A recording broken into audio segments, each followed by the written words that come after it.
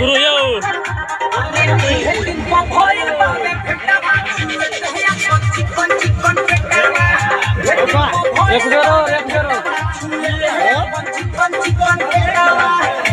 राजा या बैठे एक पेरो रे जगह हिला करे खोली के नहाला के चिट्टा माछी चिकन पेटावा हेडिंग पर भइल बावे फेटावा छुए चिकन पेटावा एक बसे यार बन गए हो यार देखो यार गोरे गोरे यहां से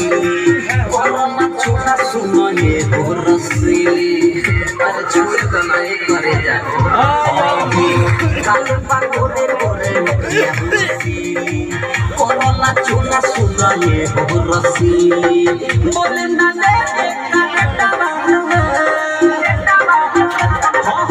बोले ना ले काटावा चिकन पेटावा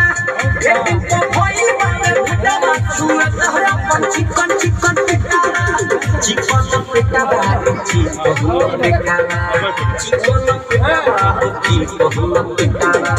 खोली के नहाला के चिट्टावा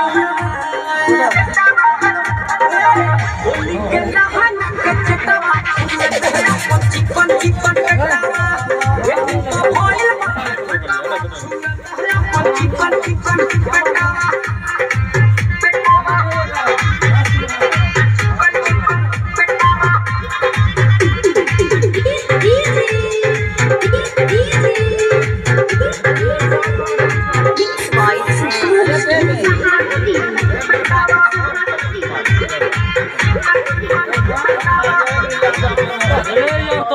यार ने सोना बात लगा